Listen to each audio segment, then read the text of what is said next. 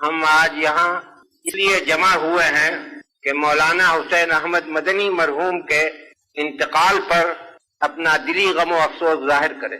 مولانا مرحوم نے ملک کی جو شاندار خدمتیں کی ہیں ان کی بڑی قدر و قیمت ہے، اور وہ اس درجہ شاندار ہیں کہ ہم انہیں فراموش نہیں کر سکتے۔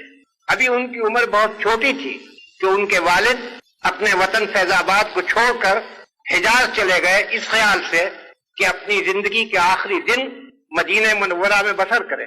یہ بھی ان کے ساتھ چلے گئے۔ جو لوگ حجاز چلے جاتے ہیں ان میں اکثر ایسے ہوتے ہیں کہ جو اپنے گزارے کے لیے وہاں کے جو کچھ اوقاف ہیں اس پر اعتماد کرتے ہیں، لیکن ان کے خاندان نے ایسا نہیں کیا۔ انہوں نے وہاں مدینے میں بساتی کی ایک دکان کر لی تھی، اور اس سے جو آمدنی ہوتی تھی اس سے اپنے خاندان کا گزارا چلاتے تھے۔ اسی حالت میں انہوں نے تعلیم حاصل کی، تعلیم کے سلسلے میں ہندوستان آئے، پھر یہاں سے واپس مدینہ منورہ گئے اور وہاں پڑھنے پڑھانے میں مشغول رہے، لیکن اس وقت تک سیاست سے ان کا کوئی تعلق نہ تھا، پڑھنے پڑھانے میں تھے۔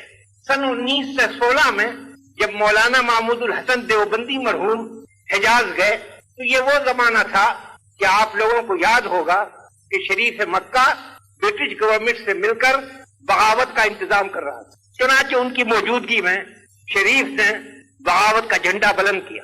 ظاہر ہے کہ مولانا محمود الحسن اس کو برداشت نہیں کر سکتے تھے، کسی نہ کسی طرح یہ خبر نکل گئی کہ وہ اس کے مخالف ہے۔ شریف نے انہیں گرفتار کیا اور جدے لا کر برٹش کونسل کے حوالے کر دیا۔ گرفتاری صرف ان کی تھی، لیکن مولانا حسین احمد جو ان کی خدمت میں رہتے تھے انہوں نے پسند نہیں کیا کہ وہ الگ رہیں، انہوں نے بھی اپنے کو پیش کیا۔ چنانچہ ان کو مالٹا میں لا کر رکھا گیا۔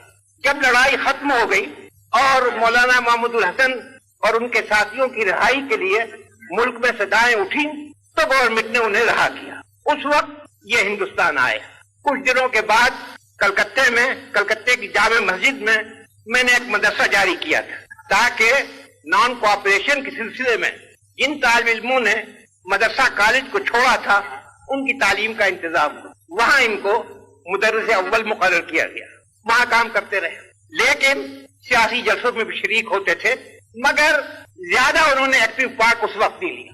لیکن سن 1930 کے بعد انہوں نے اپنے تئیں آزادی کی لڑائی کے لیے وقف کر دیا، اور کانگریس کی کوئی تحریک ایسی نہیں ہوئی کہ جس میں انہوں نے مردانہ وار حصہ نہ لیا ہو اور شاندار قدم نہ اٹھایا۔ بار بار وہ جیل میں گئے، بار بار انہوں نے قید و بند کی تکلیفیں جھیلی، مگر ان کی پریشانی کو بل نہ آیا۔ اس سے بھی بڑھ کر جو چیز یاد رکھنے کے قابل ہے وہ مصیبتیں ہیں جو انہوں نے لیگیوں کے ہاتھوں سے اٹھائی۔ سن 45 میں جب الیکشن ہوا تو کانگریس کے امیدوار بھی کھڑے کیے گئے۔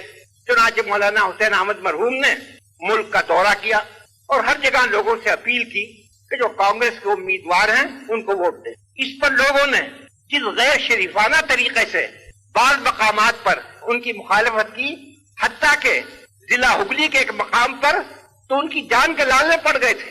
اگر ریلوے پولیس نے مداخلت نہ کی ہوتی تو ان کے لیے جان کا خطرہ پیدا ہو گیا تھا۔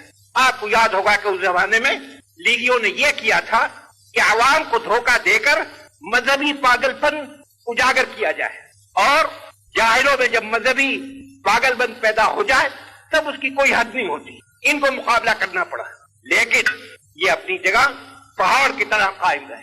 ایک منٹ کے لیے ان کی استقامت میں تزلزل نہیں۔ پھر اس کے بعد یو پی کا انہوں نے دورہ کیا، وہاں بھی بعض مقامات میں پتھر پھینکے گئے، لیکن وہ اسی طرح اپنی جگہ قائم رہے، اور جو انہوں نے روش اختیار کر لی تھی اور جس کو وہ اپنا ایمان سمجھتے تھے اس پر برابر قائم رہے، اور آخر میں دنیا سے گئے تو اسی یقین اسی استقامت کے ساتھ گئے۔ ان کی ذات بہت مغتنم تھی، ان کا انتقال ایک قومی نقصان ہے، اور مجھے یقین ہے کہ آپ سب لوگوں کے دل میرے ساتھ ہوں گے جب میں یہ کہتا ہوں کہ ہم ان کی وفات کو ایک قومی نقصان سمجھتے ہیں، اور ان کے لیے درگاہ خداوندی میں دعا کرتے ہیں کہ اللہ تعالی ان کی روح پر اپنی رحمت نثار کرے۔